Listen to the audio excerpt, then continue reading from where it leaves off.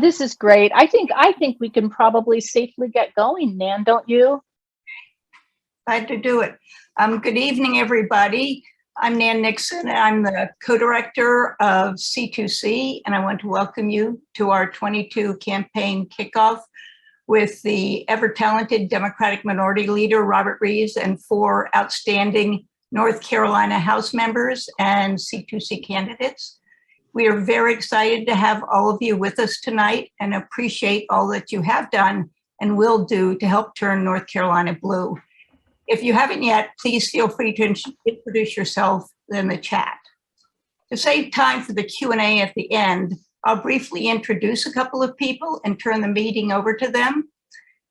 Phyllis Porty-Ascott, who will be introducing Leader Reeves, is the acting chair of the Orange County Democratic Party, while the chair is running for elected office. She joined the Orange County Democratic Party Executive Committee in 2019 as 4th chair, responsible for voter experience.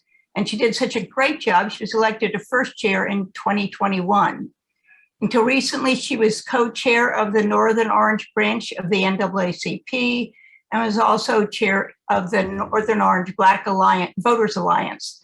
Having had the pleasure of working closely with her, I just want to say, Phyllis, you're indispensable. Kat Warren is our moderator tonight, and I'm sure you can see why she's a truly valued volunteer for C2C. She is a member of the communications and special events teams. Kat is a recently retired professor of English at NC State, where she taught journalism and science writing. Besides helping to elect Democrats statewide, Kat is working on a new book. Phyllis, it's all yours. Hi, everyone. I am so glad to be here tonight and so glad to see all of you all. I know that I am going to be introducing our speaker tonight, NC House Democratic Leader Robert Reeves. Before I do that, I think, Nan, you want me to talk a little bit about some things that we are doing with OCDP, or maybe I'm to do that later? Absolutely, please go ahead. Okay, I'll be happy to do that now. We are excited, especially here at OCDP, about this particular election because we have so many committed volunteers, longtime committed volunteers that have decided to step up and run for office. That we are, so many of our other volunteers that are helping them, that we have gotten out there and we have set up our voter registration tabling events to make sure that every person out there that is not registered, that they get out there and they register and they get to the polls. We are lit dropping our high density areas to encourage those folks to show up and vote early. We are postcarding folks that have registered to vote. We're going back 4 months to make sure that those folks get to the polls early. We are phone banking folks with high support scores, Democrats and unaffiliated voters with high support scores, but they're low turnout voters. We're having forums, we're having meet and greets for our candidates. We have hired a part-time voter recruitment and engagement coordinator to help us keep up with folks that have signed up with us to be volunteers, to make sure that anyone who wants to volunteer has a place to volunteer. During early voting, at our early voting sites and on election day, we will have poll greeters who will meet every voter and make sure that they have a Democratic sample ballot so they know who to vote for. So, and also for all of our Democratic candidates, they are featured on our website, and their website is when you click on their name on our website, y'all, it will take you to that candidate's website as well. So we are excited because, again, so many of our own longtime volunteers are running, and we want to make sure that voters know who all of the candidates are. Okay, so again, I have the privilege of introducing NC Democratic House Leader Robert Reeves. I know that many of you all know who he is. He is an attorney. He graduated twice from UNC Chapel Hill. He has served in the General Assembly since 2014, representing District 54. He is an incredible leader. As soon as he got to the General Assembly, y'all, he was tapped for a leadership position. He served as Freshman Caucus co-chair and treasurer of the Legislative Black Caucus. He's been recognized for his legislative leadership by the League of Conservation Voters, by the NC State AFL-CIO, by the North Carolina Association of Educators, and the Sierra Club. Here's the part that I'm most impressed with, y'all, is that as a former assistant DA, Leader Reeves approaches his work with an eye towards protecting the most marginalized and vulnerable communities. To me, that makes him a really good guy. And to our chair, who is on leave, I believe that makes him a really good guy, because he said to me back in September 2021 that I need to make it my business to get to know Leader Reeves because of his integrity, because of his work ethic, and because of his effectiveness. So y'all join me in welcoming NC House Democratic Leader Robert Reeves here tonight. Thank you. Thank you, Phyllis. There's a temptation right now for me not to talk because I don't want to ruin this image. So I'm trying to weigh that in my head, but I guess I am getting paid to talk tonight. So I'm gonna talk. But thank you so much for that introduction. Thank you guys for putting this on.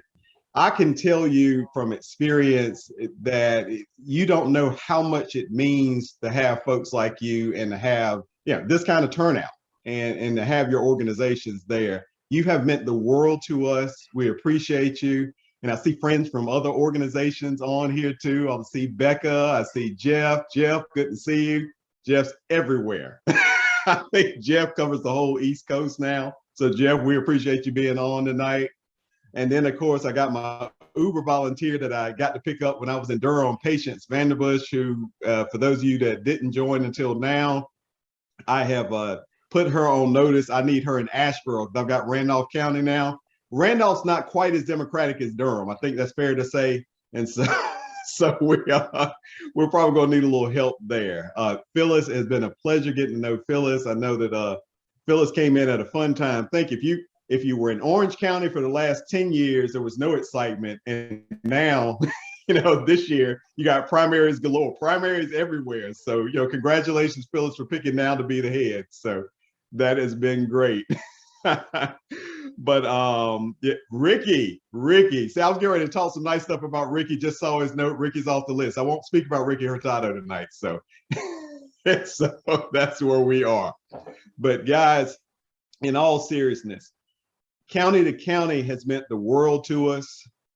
Organizations like yours mean everything. We run for office, we get elected, and there's something to being elected.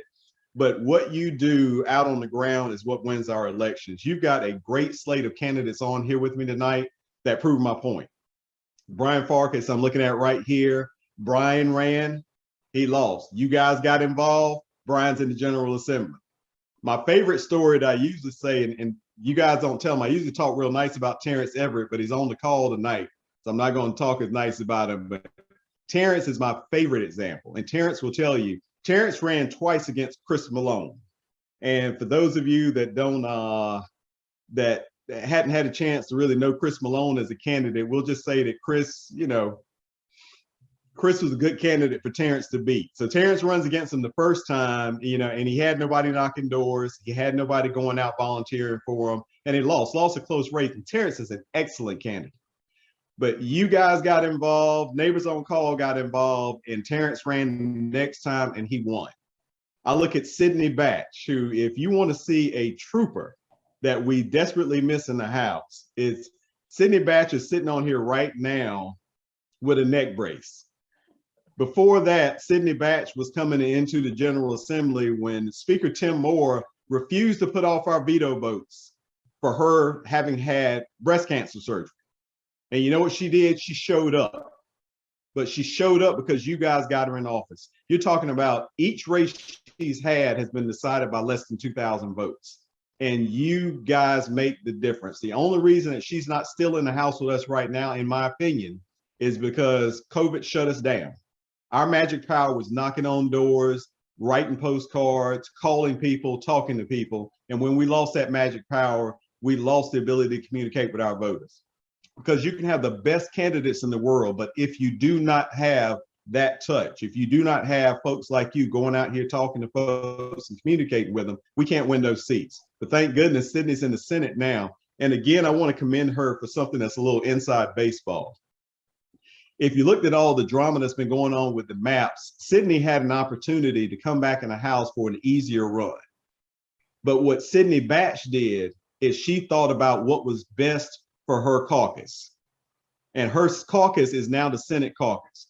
And the only person any of us think can win that Senate seat is Sidney Batch. So instead of coming back to us, where we miss her desperately, I don't know if I mentioned that, instead of coming back to us for an easy run, she's sticking it out in the most competitive Senate seat that they have this cycle.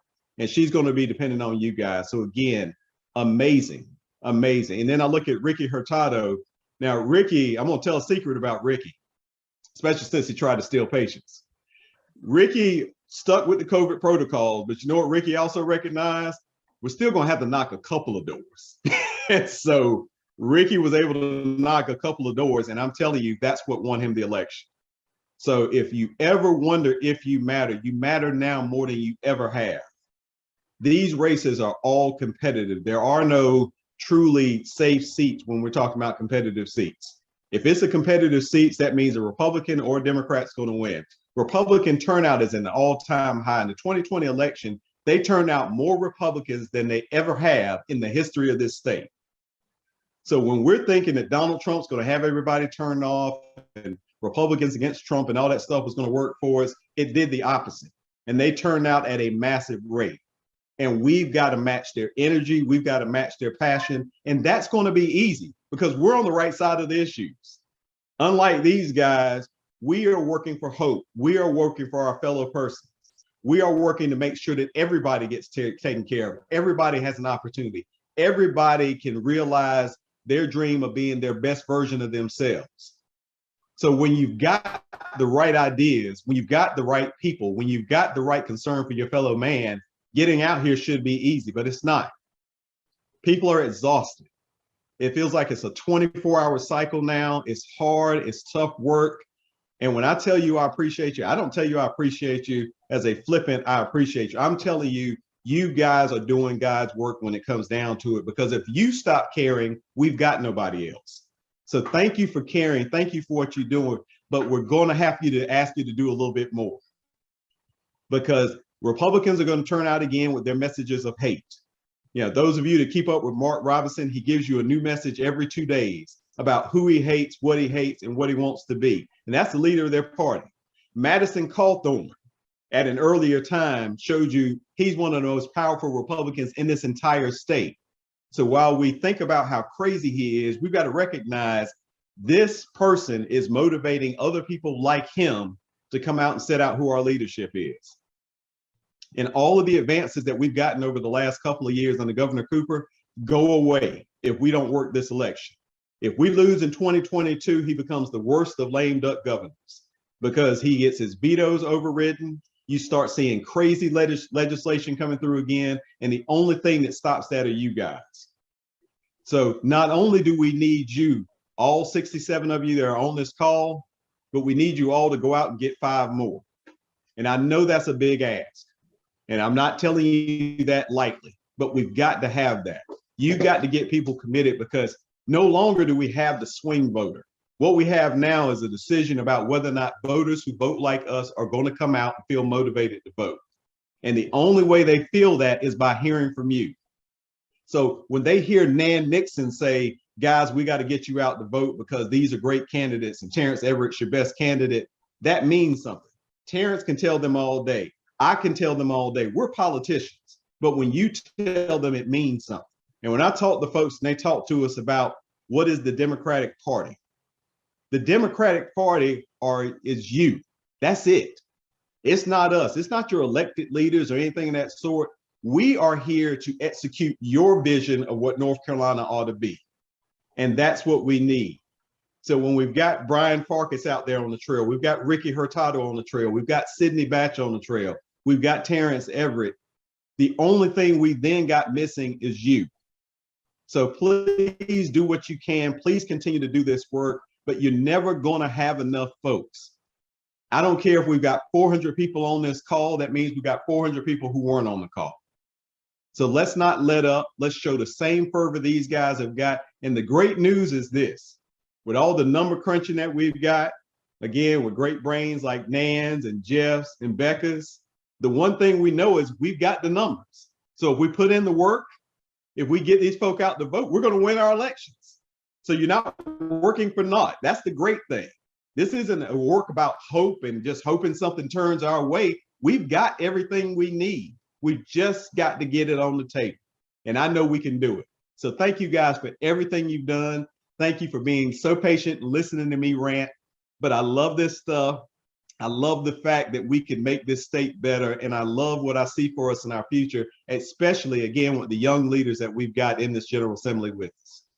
Because I'm telling you, the one thing I've been proudest of since I got in 2014 is we have got quality people who will execute your vision to the fullest. And you will be proud of everything we do when we get back in the majority. And the last good note I'll tell you is with the maps that we got in the House, nothing against the Senate, Sydney. Okay, I'm gonna have to shield for the House a little bit. But those maps that we've got in the House, we've got a path to the majority. So imagine what that looks like if we get Roy Cooper serving his last 2 years with a majority in one of those chambers and what that could mean for North Carolina. So thanks, guys. Keep up your great, great work. Again, the only reason we lost is we didn't have you in 2020. So please be with us in 2022. Thank you. Thank you so much, Democratic House Leader Reeves. And I just want, this is the moment that I do the Zoomathon part, you know, where I tell you all why to sign up and where to sign up. But before I do that, I just want to tell people who may be here for the first time why I started working with C2C. And one of the reasons is how incredibly beautifully organized I found them. It was kind of, I hate to say plug and play. It sounds a little, but truly to be able to come into an organization, and in the first hours I started volunteering, I was out talking to voters. And I only want to say what House Democratic Leader Reeves said about the fact that these are squeaky tight races, but they are not hopeless races by any means. These are races where we can and do make a difference. And I'm just reminded of the Georgia Senate races and how incredibly tight those were with people volunteering, but the kinds of differences that you see on that national level, I love seeing them on this state level. And because the people we're stumping for and phoning for, the people who are on this call tonight, are the leaders who will, it's a beautiful tale. I know, no. This guy's been trying to get in the Cat camera Von, since this started. It was gorgeous. She or he was just waiting for that moment, and it was beautifully timed. Okay, so I do want to say that what I love about C2C is how you can move in and do phone banking. We're going to be able to do lit drops and house-to-house stuff. I'm going to give a few plugs in my minutes before I introduce each candidate and have them speak, and then we'll have a Q&A. I'm going to talk about a couple specific things. We've got 2 phone banks coming up for Sidney Batch, Senator Sidney Batch, already next Wednesday at 5:45 p.m. and then Thursday, April 21st at the same time. What's nice about these phone banks is that many of them are either on Wednesdays and Thursday nights, and you can kind of count on that. Brian Farkas has one coming up Thursday, April 7th. And I know that Megan, thank you for this, Megan. Megan's dropping these into the chat, and I will not be at all insulted if you click away from me and sign up for one of these tonight, okay? It does make a difference. We've got 2 phone banks for Terrence Everett coming up, April 13th and April 28th.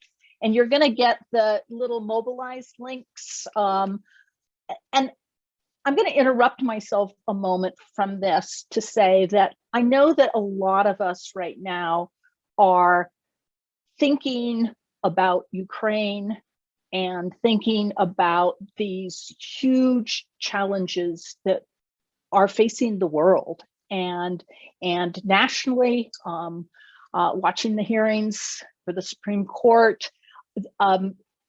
there are these moments where I want to despair. But what does give me hope is watching this steady progression of a new generation of Democratic leaders coming along in this state. And so that's a beautiful thing. Ricky has got a couple of lit drops and door-to-doors coming up. And the first one's going to be actually this coming Sunday from 2 to 5 in Mebane. Do I have that right, Ricky? And the weather should be really beautiful. I'm actually at a dog trial.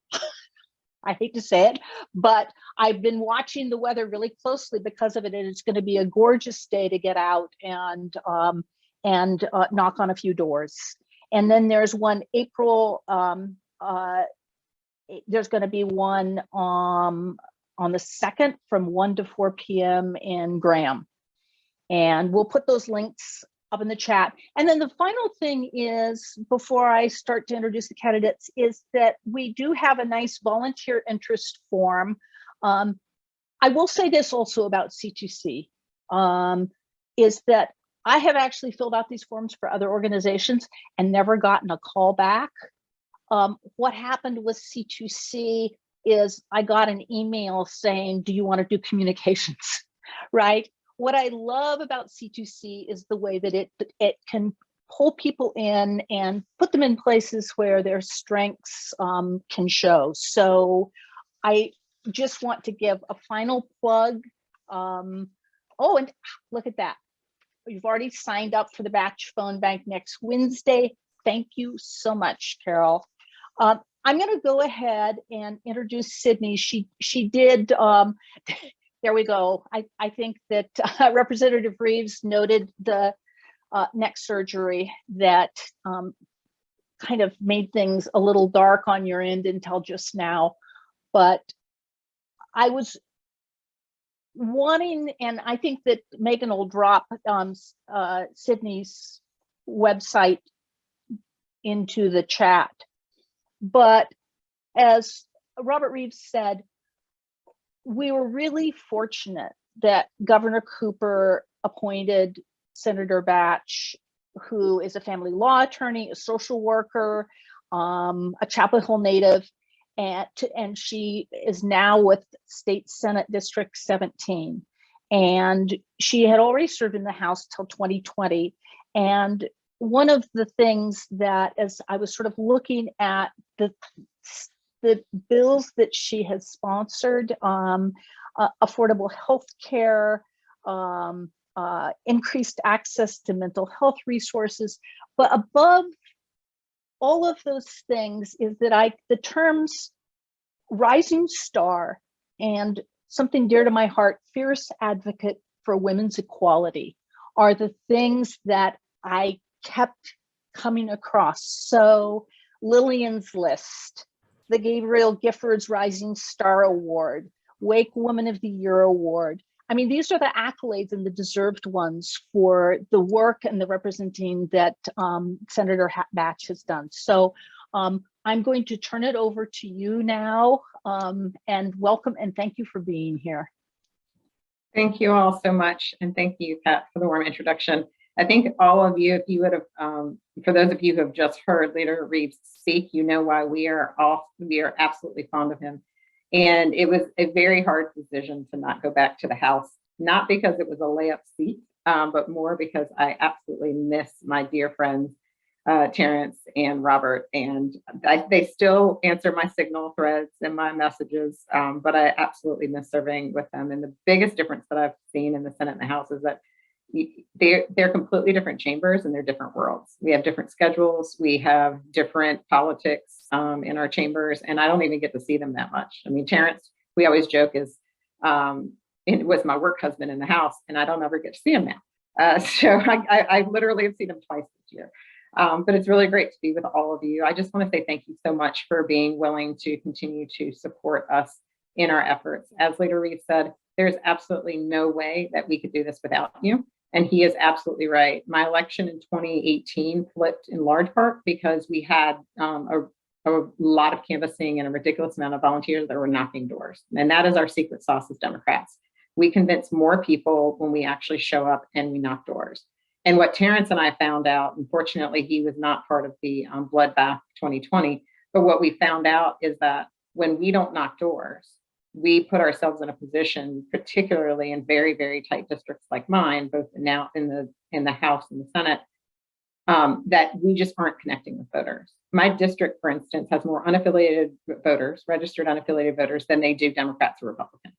So what that means is that I need as many volunteers as possible to hopefully go to those Democratic doors and to knock on so many of those so that I can spend my time as a candidate trying to convince unaffiliated voters that I am not, the devil with two horns, that the mailbox will tell you that I am from my opposition. And last year, as a number of the people on this call who have been supporting me since 18 know, it was a really nasty election, and it's not going to get any better. But we weren't able to do that, right? We did an amazing job with regards to phone banks, but phone banks is not the same. We all know after this last 2 years of COVID that personal interaction and being with people matters. And you can't make that up as much as you want to with regards to just simply seeing someone on Zoom or talking to them on the phone. So we need to do both phone banking and we need to do canvassing. And so I thank you guys for doing that. And I think what is most important, and just to give you the numbers, my House district that I ran in 20 and the Senate district that I currently serve in had the highest voter population turnout, turnout in the state for its respective Senate and House races. At the end of early voting, there were only 4,000 Democrats that had not voted. What that means, and I lost by about 2,000 votes. The 2,000 votes that I lost by were the Trump votes that came out in larger numbers. But what Terrence and I are worried about going into this next election is that the Wake GOP has become emboldened and feels amazing that they now have a Republican that serves in the House because she won in the House seat. And they are doing a lot to try and make sure that they can win as many seats in Wake County. That's why they drew the House districts the way they did for Terrence. And that's the reason why they continue to draw them in the Senate. The good news is that the Senate race that I'm running in is a better district than either of the races I ran in 18 or 20. So that is the silver lining. But this is also the most important part that I think gives us some hope, and I think that hope and fear are two sides of the same coin. I had a friend who called me recently who said that she had to fly her girlfriend up from Texas to stay with her because she could not, of course, receive an abortion in Texas because it was after the time frame with regards to the new laws. So she flew to DC and she stayed 3 days. She recovered and she went home. That friend had the ability, the luxury, and the good fortune and finances to be able to do that. But we know that the vast majority of women who need access to reproductive health, access to abortion, do not have that ability. They do not have the financial means. Some of them don't have financial means to even to obtain an abortion, but they certainly don't have the financial means to go to a neighboring state. And if Roe is struck down, and as many of us expect, North Carolina is going to be the backstop. The Democrats in the Senate and the Democrats in the House are going to be the only thing that makes us Texas, that stops us from being Texas, Florida, and all of the other states that you see across the board. And I don't know about you, I have 2 boys. but I care about the rights of every single woman in the state to be able to make decisions about their lives. And I want them and the women, if they choose to marry, to have that same right. And we will lose that if we allow for the Republicans to get supermajorities in the Senate and the House, which they are actively playing in. So it's absolutely important and necessary we do that. The good news is that what you guys also will find interesting is that a lot of the lobbyists in the building and a lot of the companies that they work for call us the good Texas. And they call us the good Texas because they say we have a lot of tax laws that are friendly, but we don't have any of the terrible anti-LGBTQ and anti-reproductive rights laws, where they can still bring their businesses here. People can still have a wonderful and thriving community, which they can raise their families, and not all the bad, yucky, terrible, and horrible social rights work. Or social laws and justice work that we are fighting for and that they are trying to, of course, turn back. So once again, we have an opportunity here in the House, of which I very much miss my colleagues, and I didn't get a chance to serve with Brian, and I did not get a chance, obviously, to serve with Ricky. Ricky and I have been able to work together on some things, but we have the opportunity to keep them. We have the opportunity to bring Terrence back. He is the only person, let me be clear, he is the only person that can win that Wake Forest seat. The only one. And he will not tell you that because he is humble, but he is the only person that can win that seat. And we cannot afford to lose his seat. We can't afford to lose any of our seats, but it is absolutely necessary that we bring him back. And what that means is a hopeful North Carolina where we end up being able to do all of the wonderful things that we can, with the House being a backstop, hopefully in a majority, and finally getting some legislation done, and the Senate being a backstop for Governor Cooper's veto. So, and for all of you that know me, I apologize. I usually use my hands a lot more, and I'm usually a lot more like funny, but it's a week after my surgery and I'm just a little low energy. So I apologize, but I was not going to miss this call because you guys are amazing. And I just want you to know that you are willing to fight for me. And I am telling you today that I will show up and I will absolutely give it my best. And I'm willing to fight for the state of North Carolina. Thank you.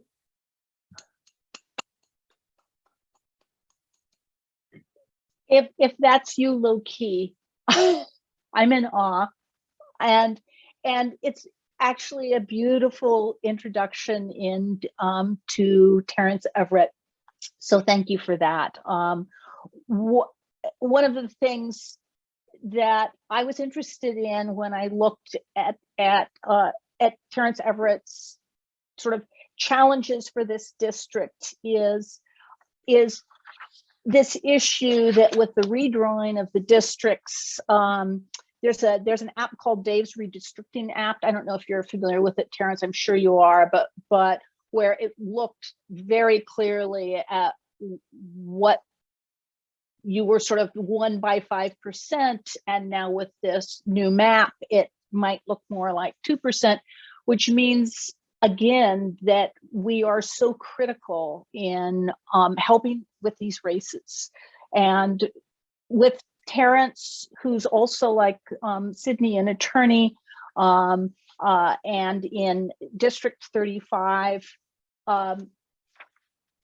public education is just absolutely high on his list. And one of the things that he notes about North Carolina, and we don't really need, those of us in education don't need to be reminded, but the fact is that per pupil spending has dropped to 43rd in the nation. And as somebody who just retired from the UNC system and spent a long time sort of watching what has happened to our beautiful UNC system under Republican control over the past years, I think that the more people we have working hard on these issues in the legislature it's going to be so important. So real choice, as Terrence says, means fully funding public education. And I will turn it over to you at this point. Thank you, Kat. I'm just incredibly humbled to be on this call with so many friends and just incredible supporters. You all have been amazing, not just for my campaign, but for my colleagues. And to be here with Brian and Ricky and Robert and Sydney, this in every sense is a team sport. You know, our job really is to stop what we can of the horrible things that come through, get through and make better what we can, support the governor, and to be there and to work together as a team. And, you know, it's not just my race. It's Brian's race. It's Ricky's race. It's Robert's race. It's Sydney's race, even though she's in the Senate.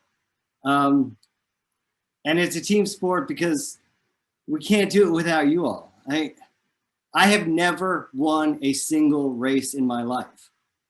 You guys win these races. Our voters win the races. I show up to events, I eat free food, I make some speeches, but the people that actually win the race are the people that are on this call. And I am just forever grateful for y'all. And I want to underscore what's been said before. Like, these are all incredibly close races, but they are all races we can win. They're races that we can win by the numbers. They're races that we can win because we've already won them. We have the incumbency. They are our seats. If they want them, they're going to have to come and take them, but they're going to have to come and take them from us. And I think back to 2016 when I lost. And I lost to Chris Malone. For those of you who don't know, just trust me. Losing is a bad experience. Nobody likes to lose. Losing to Chris Malone is so much worse. But I didn't lose any sleep that night. And I didn't lose any sleep after that because I knew that I had done everything I possibly could.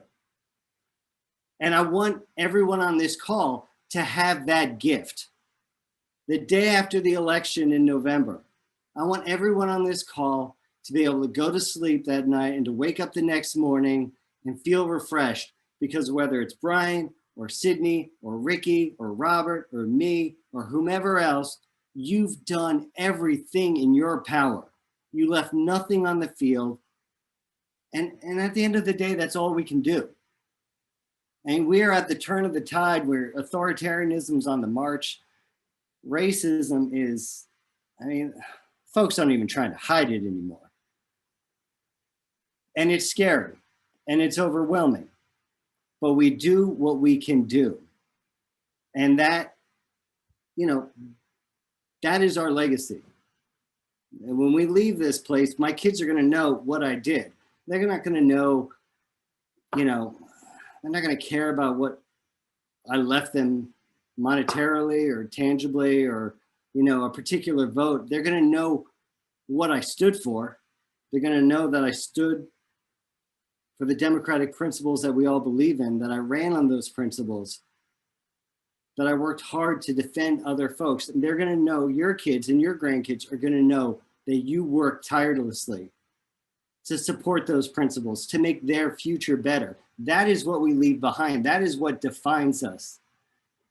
And so I just truly want to emphasize that these are not races that we should take lightly,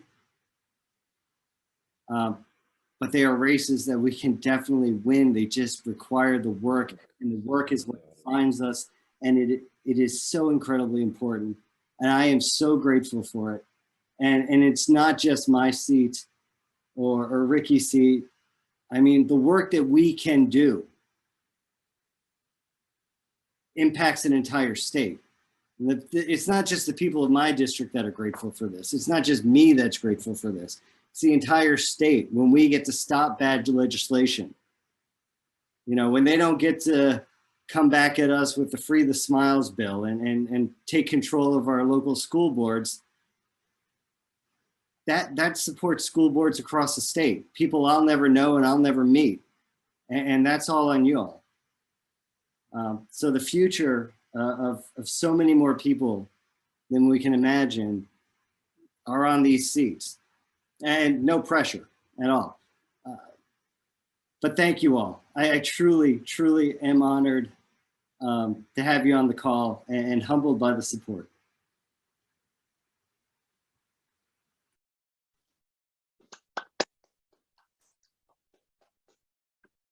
Thank you, Terrence. And I think that this being able to sleep at night, knowing that you fought the good fight, is just something that I think about a lot these days as we lose things, right? And where it feels discouraging sometimes to just get up and volunteer. And this idea that being an optimist and also being a realist at the same time ends up being so central to what we do. And again, I mean, the maps aren't great, we know that, but it's also, and I think that you already made this point, that the House maps are better than we thought they would be. And being able to keep a supermajority from taking charge again is just so crucial. And then having the chance to break the majority, that would be truly meaningful. So I want to turn next to Brian Farkas and welcome him. Brian won his first term to the NC House in 2020 in Pitt County. And Pitt County area was controlled by Republicans for many, many years. I actually sort of went back in the voting records and finally I just gave up because they went back a ways. And I'll note that Brian's holding his first town hall meeting of 2022 next Tuesday. And we'll drop that bit.ly link into the chat for anybody who wants to drop in on that town hall meeting. I'm sure Brian would love to see your face via Zoom again. Brian has worked on some issues that are near and dear to me, not only funding for ECU medical school, but also for programs like STAR, which is a program that funnels people instead of into jail into getting medical help and housing and the things that can really make a difference. Those now are being piloted in, I think, Greenville and Charlotte and Greensboro, if I'm not mistaken. But I know, having worked in the field sort of associated with law enforcement, that these things are so crucial and make such a difference in stopping the kind of pipelines to prison that we have developed in this country. So, and I asked one of our C2C leaders about Brian, and one of the things that she said is that she ended up talking to 2 Republican voters during this last election who ended up voting for him, partly because of the promise to work for the community. And I think, and for everyone in the community. And as this person said, simultaneously, Brian's been working to bring along new Democrats in the Greenville area and work for the Democratic Party there. So I turn it over to you, Brian, and we're so glad you're here. Great. Thank you, Kat, for that really warm introduction. I really appreciate the encouragement. It's good to see everybody. Always good to have my colleagues on. Leader Reeves has just been a tremendous leader for us. I'm so lucky that my freshman year, we just stepped right in with a strong leader like that who's been able to spearhead the way. And really, when we talked about the House chamber and how we were able to negotiate recently, all credit to Leader Reeves to be able to position our chamber, like he said, towards a potential majority, and we can get there in the House. So thanks to him. I've got wonderful colleagues. Ricky Hurtado is also my seatmate, so he and I hang out in the back row quite a bit and mess around, and he's just such a tremendous asset to Alamance County. And I'll tell you, similar to Terrence, I lost my first race in 2016. It didn't feel good, but to give him a little bit of credit, when I decided to jump back in 2020, Terrence is one of the first phone calls I got to encourage me to go again, and I've always been really grateful for that. So we've got a great team here, a great slate, and I'm honored to serve Pitt County's 9th District in the North Carolina House. The district has changed when we look at what the new seat's going to be. It's kind of shifted from an eastern orientation down to the south. it's got the city of Greenville, and it's got parts of East Carolina University, obviously, but it's also got some incredible small rural areas like Winterville and Griffin and Ayden, where you'll find some of the best barbecue in the world. And the good news is I grew up right in the middle of that district, and so it's been not only an honor just to serve in the House, but to be able to serve in this community that really invested in me through schools and community programs, to pour back in this form of service, and to do it with such tremendous colleagues has been an incredible honor. And yeah, there's some frustrating days when you're in the minority, but folks, I do love this job. I love the work, and I love going line by line through the budgets and our different policies, and trying to move the needle where we can. Kat talking about the STAR program was one that I'm particularly proud of, is when we talk about trying to get people to rethink how we, deal with folks who need help and low-level incidents, and trying to be able to pilot a program like that that's going to be embedded in our police departments. It's just it's changing the way we think, and it's moving the needle on issues that we care about. And when we get in a majority, we're going to be really able to accelerate on that when we get in there, and we will get into the majority. My district the last time was a narrow win for us, about 800 votes. We had so much money spent against us in the 2020 race. It was unreal, and the negative ads were something else too. But similar to my other colleagues who've already talked, we were able to have a modified ground game, if you will. We went hard as quickly as we could, and yes, we canvassed a little bit towards the end to try to speak with some of our voters. And I think it's really exciting that, while the pandemic was not convenient for us to be able to go out and knock doors at all times, we were able to sharpen those phone banking skills in a way that we can continue. And we're not going to lose that as a tool in our tool belt. And now to be able to have a bunch of proven door knockers ready to go out in all 4 of these campaigns, I think that's really going to allow us to go on offense. And to an organization like you to provide that additional backup and support, it means everything. There are days, being in Eastern North Carolina, and I've told a few of this on the call in the past, you feel like you're a little bit on an island when it comes to being a Democrat out here. And I don't think, that means that that doesn't mean we should give up out here. The fact that you all make me feel like I'm not alone sometimes has really made all the difference. And I think if we can hold this seat, my goal is to take Eastern North Carolina back. This used to be an area that was very strong for Democrats. They held on for a while, and of course the politics and the demographics had changed. But there's no excuse for us to go out here and not go on offense. I think this is an area that the GOP takes for granted. And I think if we get our message of strong public schools and healthcare access out in a really approachable way, in an authentic way, people do respond. And so that's my goal here, and what we plan to do in terms of our campaign, and you are such an important part of that. So, I really, really appreciate it. And the good news is we're going to be able to tack a lot of wins on and run as an incumbent.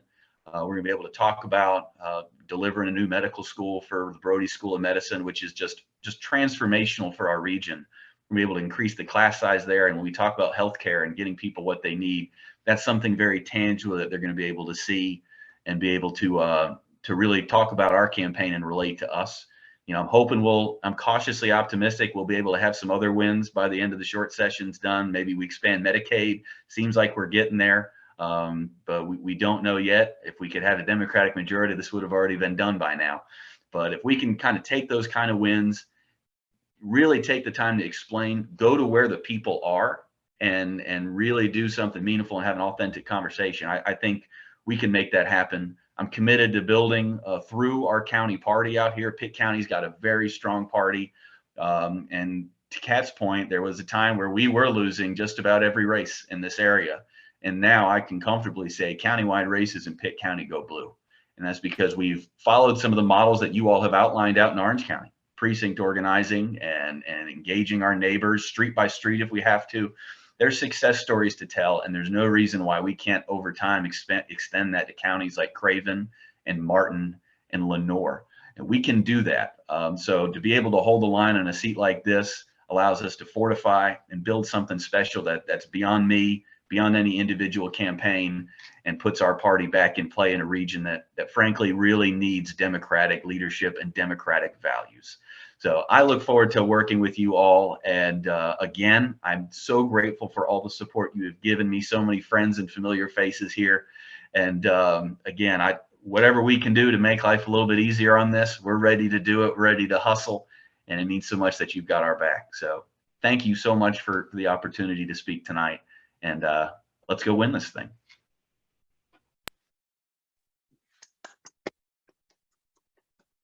Hear, hear. Let's go win this thing. And I'm so pleased to see there's so many people on this call. And I think it's just encouraging because as Brian said, and this is the good thing, we have 4 incumbents here, no primaries. This is a chance to really start to have those conversations with people and do those lit drops. It's just my enormous pleasure to introduce Ricky Hurtado next. Stephen Ross had represented the 63rd district for 6 years, and he was elected in 2014. Ricky won with a 477 vote margin of 40,000 votes cast.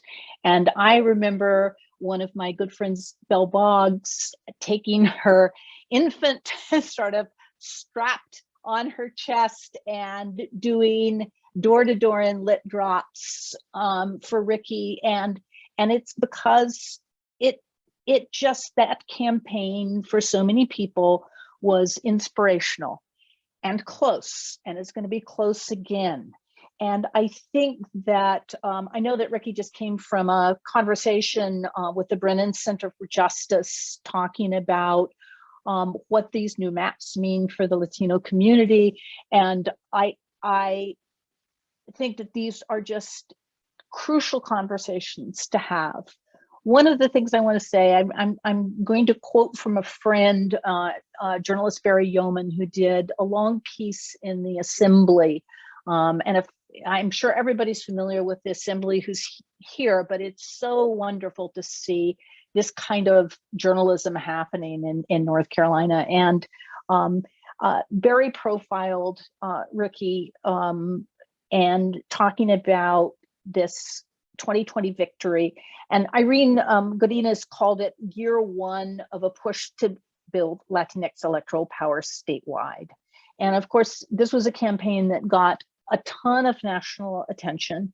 And yet it was close because inevitably it comes down to neighbors and doors and knocking and those conversations. But one of the things that Barry said, that I'm just going to do a direct quote, that Ricky represents next generation North Carolina, educated and multilingual, nimble at moving through diverse communities, justice-minded and policy-driven. And so I will now turn it over to you, Ricky. Thank you so much, Kat. You did your homework on these bios. I was like, I'm moved. I don't know if I need to say anything else after that. But no, thank you all so much. It always feels like family when we're together. And I'm enjoying this conversation because we're with colleagues too, right? I mean, do you really need another pitch after Senator Sidney Batch talks to you after surgery? I mean, I'm ready to sign up to canvas for her. So I hope you all are lining up and clicking those links. Don't let me lose my seatmate, y'all. Brian and I have been through the trenches on that back row, and we need both of us back. And so definitely keep us there. And Terrence and Robert, of course, have been incredible mentors and just support systems as we climb on that steep learning curve of what it means to move from campaigning to governing in a increasingly polarized Raleigh. I think folks like that have shown us how to do politics better. And so I'm grateful for them to learn alongside them on this long journey. I wanna begin on something that Brian actually shared in Pitt County about the organizing and the infrastructure that exists there to reliably win races, not just in his district, but across Pitt County. What some of you may not realize is that is the experiment that you all are contributing to in Alamance County. So it is not just about my election. It is about how do we make Alamance County blue for the next generation. In 2020, you all made over 77,000 phone calls. Volunteers for the campaign made 77,000 phone calls into Alamance County. Over 22,000 doors were knocked or lit dropped. And just in 2021, during session, we hit or spoke to at least 10,000 people in Alamance County. And those are the sorts of things that through repetition are not just earning us votes, it's also building trust in a community that feels left behind and forgotten, that feels like government does not work for them anymore. And so that's how we win long-term, is continue to organize and build upon our wins in our community. And so folks, when you talk to now say, oh, we always see your volunteers out in the community, and we really appreciate you representing us the way that, you know, elected officials should, which I think is really heartening. And as I've mentioned to many of you on times that you all have canvassed here in Alamance County, at this point in this sort of political cycle for me in Alamance County, some of y'all know these neighborhoods better than I do. And so you're talking to folks over and over again to the point where they're your neighbors too. And I think that's what I really appreciate about the work that we're doing. Like, let's not lose sight of the long-term projects that we're doing here of political power building and just fulfilling the democratic experiment, right? That is that we're in right now. And so I think that that's really great. When you think about the return on investment as well, when we're building that infrastructure, it also means, what does it look like to make big statements like contribute to a sheriff's race in 2022 that is happening in Alamance County? No candidate has run against the infamous Sheriff Terry Johnson in over 12 years. And now that's happening in Alamance County as well, right? When you think about even up ballot races, right? We often talk about, you know, make sure you vote all the way down the ballot. But in places like Alamance County, you don't always see people on the ground, you know, knocking on doors and really working for these ballot candidates, right?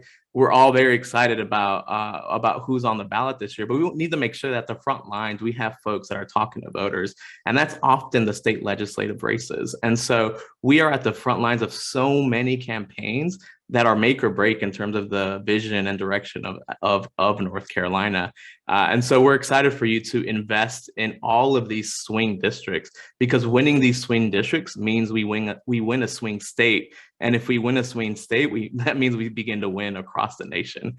And so every single door that you knock on, every single phone call that you make, every single postcard, the things I hear about during early voting last cycle was the phone calls you got, the people they talked to on the doors, and the postcards that arrived in the mail. No one talked about the fancy consultant mailers. No one talked about the commercial or the digital ads. They talked about the real human connections that we're making. And so I think that you all, as Sydney said, are the secret sauce. And the reason that people are counting us out in any election, but especially in 2022, is because they forget of how powerful this is.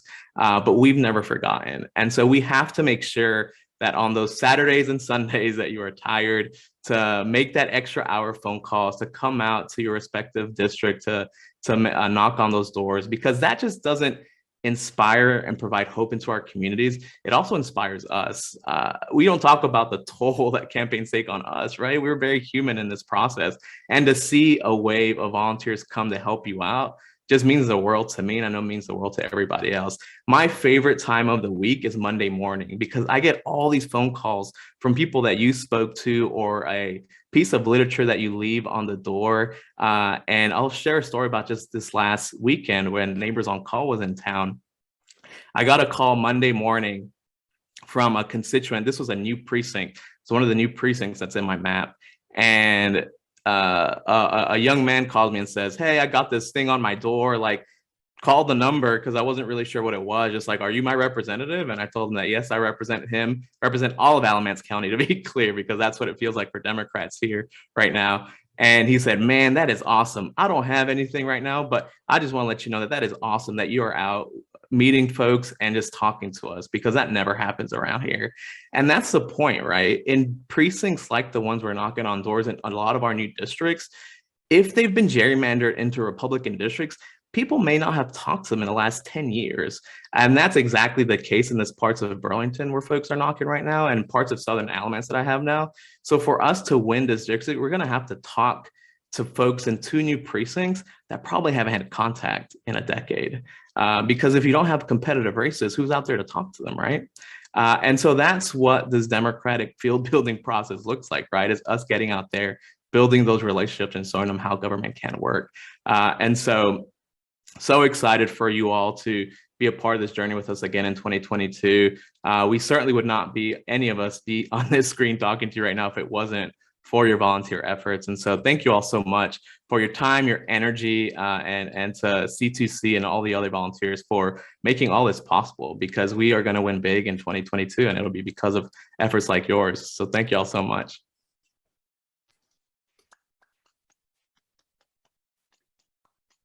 Okay, so what I was supposed to do is I was supposed to wrap up why this is important and why you should go door to door, and the candidates have already done it. And so, Ricky, you took the job away from me, which I'm truly grateful for, because I just didn't want to repeat myself, and now I don't have to. I do. We're beautifully on time as well, and so we've got a few minutes. And what I'd love, because my screen can't hold all the volunteers who are here. If you have a question, just of one of the candidates or a comment or whatever, just unmute yourself. And if one of you is talking over the other, then we'll deal with it at that point. But if you've got a question, if you feel good raising your hand, try that. I have a question for Ricky, if no one else has a question yet. Yes. Is that okay? Ricky, I am interested in hearing, when you went to those 2 new precincts in Burlington, whose doors did you knock on? Were they democratically leaning doors, or did you knock on every door? Yeah, we're just getting started this year, right? So this last canvas was Democrats and independent voters. And I'd say they probably haven't had a canvas in a while. Monday morning's mailbox was full because a lot of people called me and said, wow, we haven't had this kind of activity in a while. And they were voters that folks that usually vote, had a high. Yeah, I mean, anyone that's really voted in the last, 3-4 elections that we've been targeting. So thank you. That's great. Nan, I think you had unmuted. Did you have a question? Yes, I was wondering what each of the candidates is finding to be the most persuasive kind of message when you're talking to people. What are people most interested in?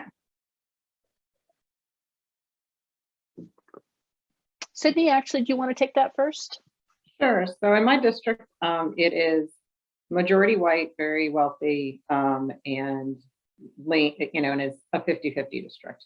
Highly educated. I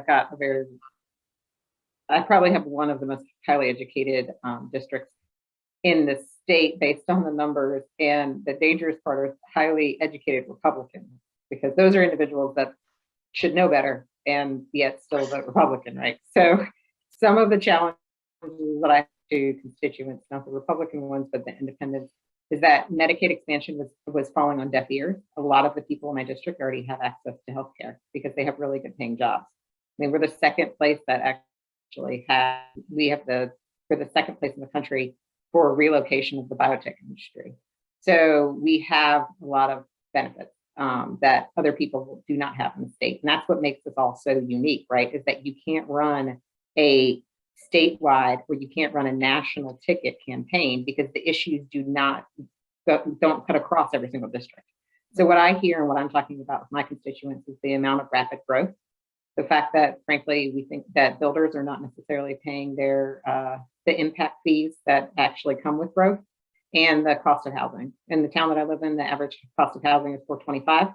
So if you are a normal human being that does not have a 6-figure salary, you're not going to be able to buy a home. So those are some of the issues that we're talking about. We're trying to move this election specifically off of any specific issues on the state level and running really in my 3 towns, it feels like 3 local campaigns about local issues that matter to them. And so we're changing the way in which we interact with our constituents and not listening to the whole diatribe of this is what we should be telling voters they should care about. We're actually talking to them about what they care about. Great. Thank you, Sydney. Terrence, yeah, these are going to be very interesting conversations. Terrence? Yeah, Sydney and I, even though they've tried to separate us, we still lead parallel lives. She's in the southern part of the county, I'm in the northern part of the county, and we're both kind of in the same position. It's a middle class, majority white area. And what we've heard from the canvases that we've had out and from the phone banks that y'all have helped with so far, what's come up the most is housing affordability, some homelessness, the congestion, just the growth, which is, if you just looked at the national news or even just the state news, you'd think it was the masks or just some nonsense. But when you're actually talking to your neighbors, that's what they're concerned about. Yeah. And so when we talk about these canvases, when we talk about the phone banks, you're touching these voters, you're doing that great, incredibly important work, but you're also helping us understand what's going on early. And so we can start having the conversations that we truly need to have. Great. Brian? Yeah, I'll quickly add that I feel like when we're knocking doors and we're engaging folks, we hear a hunger in terms of how we approach politics out here. We hear a hunger to talk about consensus building and civility. That is something that I do feel, particularly in some of our unaffiliated voting bloc, we're seeing a lot of. People just want folks who can get the job done, and regardless of what the issue is. And so that's something that I think people are hungry for and looking for in a candidate. More issue specifically, I would say high-speed internet is something that we are having to deal with pretty heavily in the eastern part of the state. I think across the state, the failure of, our shortcomings in our broadband infrastructure was really revealed by COVID and, the pandemic. But out in eastern North Carolina, where, we don't even have, a whole lot of competition out here for some of our high-speed internet providers. That's been something that really frustrated a lot of people, and it's something that crosses over not only because we need to get our children on internet, but there's economic ramifications. Telehealth is something that people were hungry for during the pandemic in eastern North Carolina. So that's definitely something we're seeing, and I believe all of us will be able to really talk about some of the investments we've made this past year in that. And I believe that we should seize on that and really let people know what's coming their way. Great. Thank you, Brian. I'll let Ricky answer, and then Cindy, I see that you've got your hand raised, so you're after Ricky. And Ricky may answer my question because it was going to be directed to him, so we'll see. Okay, we'll see how good I am, right, Cindy? I think the issues are similar, right? I think Alamance County is the 7th fastest growing county in North Carolina. And so due to a lot of the growth in the triangle and the triad, we're feeling that pressure too. And so rents have skyrocketed here. And so the most common call I've gotten in the last 4 months has been about evictions or just housing affordability. And so I think that's certainly, and it seems like I just got done in a conversation where it feels like from Wilmington all the way to Western North Carolina, this is a huge issue. And so I do think that housing is it's like we're at a point where it's a conversation in every county. And so I think that's something. Public education is coming up a ton in every other conversation. But the part that is interesting as well is that there's been a more prevalence in the mental health conversation as well, not just in students, but in general. And so those seems to be 3 of the things that I find myself talking about a lot on a week-to-week basis. Thank you, Ricky. Cindy, and we are going to, by the way, we'll wrap it up by 15 because I know an hour and 15 minutes is a long time on Zoom, but we'll do Cindy's question and then Jennifer's, and maybe after that, we'll slowly wrap it up. Since all of you I know have signed up for either a phone bank or a Canvas. Cindy. So Ricky, I was going to ask you, that helps with the questions if we're canvassing and all. My experience is I come from somebody who used to live in Orange County, lived for 5 years in Alamance County, and now I'm living in Durham County. My experience of Alamance County is that many times, particularly if I'm knocking on a door of an unaffiliated voter, Democrats a different story, and those doors are fewer and farther in between. They're more spread out. But unaffiliated voters, many times they are very suspicious of outsiders knocking on their doors. And if it comes up in conversation and you're directly asked, do you live here? I'm just wondering if you have some insight as to how we can be the most effective for you in those circumstances. Yeah, great question. I'd be curious to hear how other of our colleagues here answer that question, and even from our reps from various organizations that deal with this every week as well. I mean, we never encourage lying, right? And so I think that the message is really that you're there to represent. You're there as a volunteer for the representative or the senator, and this is why you support them and their positions. And I think in most cases, folks hear that message beyond just sort of like where you're from. From my experience, it rarely comes up. Sure, it comes up every once in a while, but my experience has been that people are actually more interested in the enthusiasm and support that you have for someone. And sometimes it even speaks wonders, right? Like we've had someone drive up from Charlotte to canvas and people are like, wow, you drove for this guy? And so I think that also leaves an impression around people are spending time on their weekends or weeknights to volunteer for someone that may not even be the representative.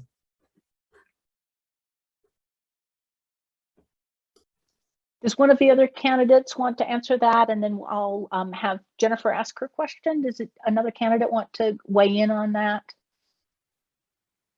I'll just say nobody's that I know of has ever asked that question in Wake Forest. It's a very welcoming, loving area, and I encourage everybody to come here and door knock as often as possible. Go. Can I weigh Jennifer? in on that one a little bit?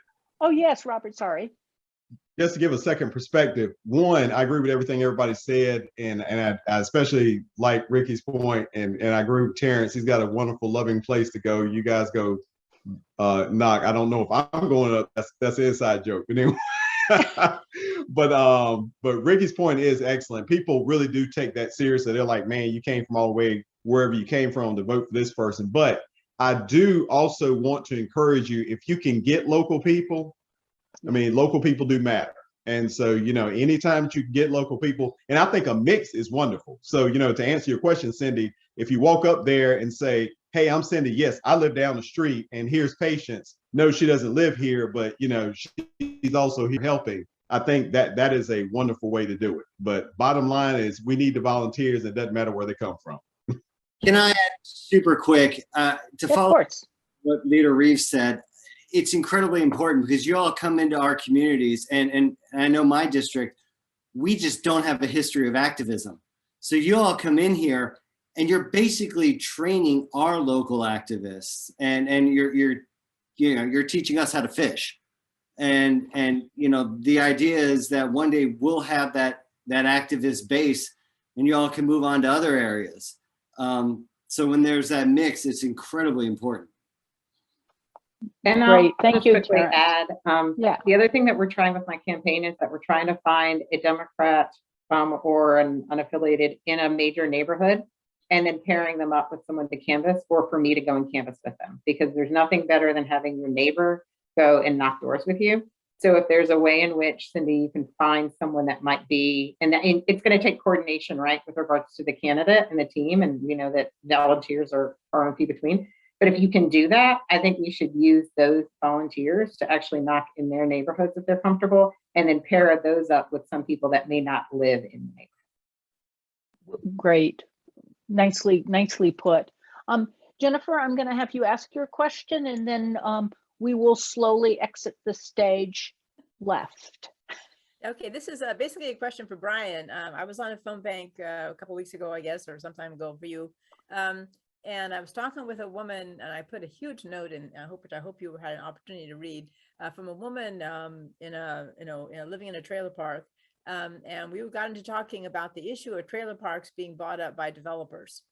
This I think is a real, for people that live in trailer parks, whatever you want to call them, manufactured homes, whatever, who are, generally speaking, that is the lowest level before homelessness. The flip side of the fast growth is that these things are being bought up, and there's a 3-year moratorium for them not to be able to develop, but but that goes by pretty quickly.